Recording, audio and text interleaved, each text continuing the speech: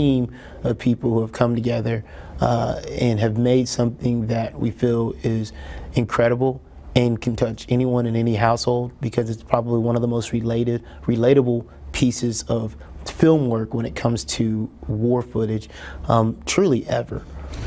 It was Oklahoma's largest deployment since the Korean War.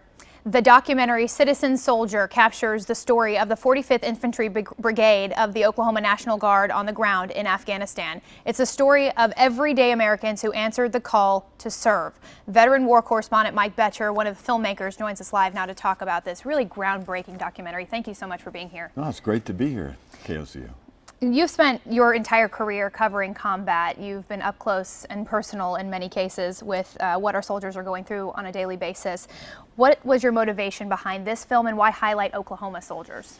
Well, number one, I really am committed to telling the stories of our soldiers and sailors and airmen and Marines, and I'm an Okie. And those two things came together. I spent 2 years embedded in Afghanistan making my film, The Hornet's Nest.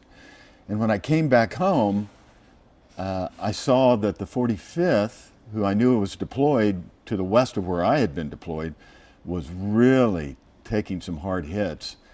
And I looked at the landscape and saw no Oklahoma reporters were there. And so, together with the University of Oklahoma and Gaylord College and the Oklahoma Press Association and local TV stations, I said, I'm going back and we're going to report on the 45th. And that is the genesis of the film, The Citizen Soldier, which premieres this Friday in Oklahoma City. What went into the storytelling aspect of these brave men and women, and how did you gather all of this footage? Well, it's their story. You know, it's funny how it happened, because when I came back from Afghanistan the last time with the 45th, I got a call from Colonel Tommy Mancino, who's a battalion commander for the 45th in Tulsa, and he said, look, there's a Sergeant Aaron Harrell who has all of this footage, and he thinks there's a film there, and a lot of the other soldiers in the 45th do too. Can you help him put together a film? And so I connected them with my co-producers on The Hornet's Nest and the directors and the editors, and there's a film. And it's not my material, it's their material. That's what's unique about this. This entire documentary, Citizen Soldier, is the material shot by the soldiers, the men and women of the 45th in that horrific time they spent in Afghanistan. You're really putting Americans in the shoes, literally, of some of our soldiers doing our bidding overseas. So one of the central characters in this documentary worked for the Chamber of Commerce in his local area and then defers his education. So just one of us, a normal Oklahoman, and decides to answer the call of duty. What do you want Americans to know about those Oklahomans who went and bravely served? You know, in this time of really sometimes very strange political discourse that's going on, I think it's important that you know that when you speak about the military, more than 99% of the American people are disconnected. They don't feel the pain of war. It's that less than 1%, which is those deployed and their families who feel it. And I think we need to reconnect. And what we're talking about here are not soldiers who are at some army base somewhere. They're your next door neighbors. And that's what's important about this film. They're the guys you go to, men and women you go to work with. They're the people who live next door to you. You drive by every day on the freeway, who answer the call, who raise their hand and say, I will protect and serve the United States of America and its Constitution. There's really power in even the title of this documentary, Citizen Soldier. It really brings home that these people are just like us. They have jobs and then they decide to go and serve. Yeah, and it's, the 45th is a storied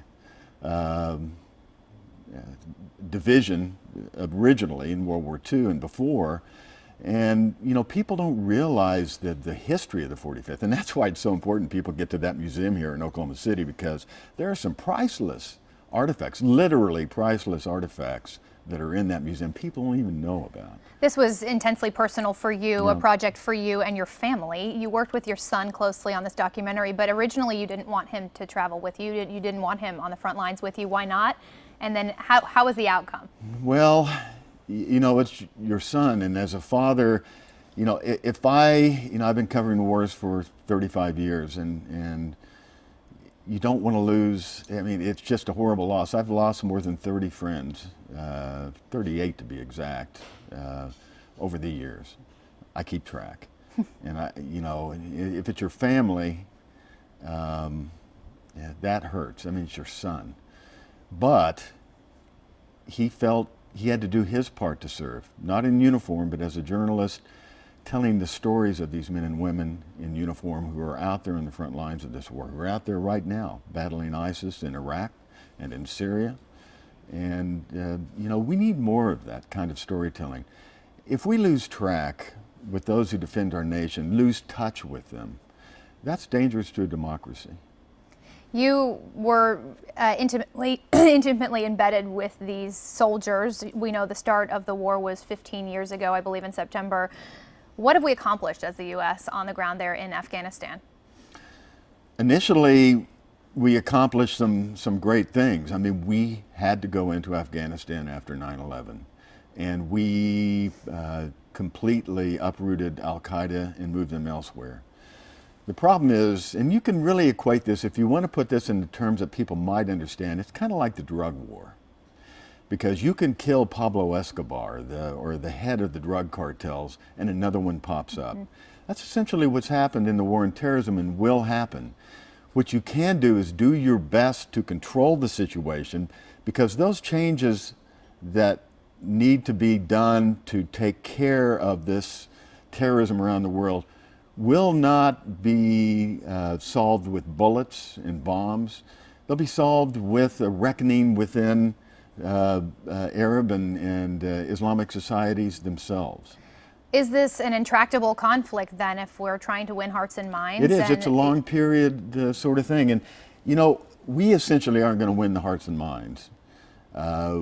We can stabilize, but in a way, Islam is probably going through what Christianity went through centuries ago, a period of reformation. And that's bloody and it's ugly, and there will be change. But it's not a change that I believe, I'm speaking my own personal opinion here, that we can affect with bullets and bombs. We certainly have to have a presence there to help stabilize the region and stabilize our friends. We need Arab allies across the globe, or in Islamic allies as well, as far away as Indonesia. But we need to continue down a course of engagement, but knowing that we can't solve the problem, and this is going to be a long-term problem. Citizen Soldier, your documentary is now out in theaters, as I understand it, select theaters and on DVD? It'll be at Quail Springs AMC beginning Friday, so the 5th of August through the 12th. It's going to have a limited theatrical release, but at the end of August there will be a huge digital release. And Walmart is going to have this displayed across the country. Oklahoma's 45th will be prominently displayed across the country, and you can buy it at your Walmart store or get it digitally online on any of the providers you usually use. All right, Mike or if Boettcher. you can, get out and see it at the theater. Absolutely. It's gonna be great. Well, we are certainly proud of our 45th Infantry Division. We are certainly proud of you for showcasing them. Thank you so much, Mike Boettcher, war correspondent, for sharing your insights and also your experience there in Afghanistan with us. It's great to be with you, Ariel. Thank you so much.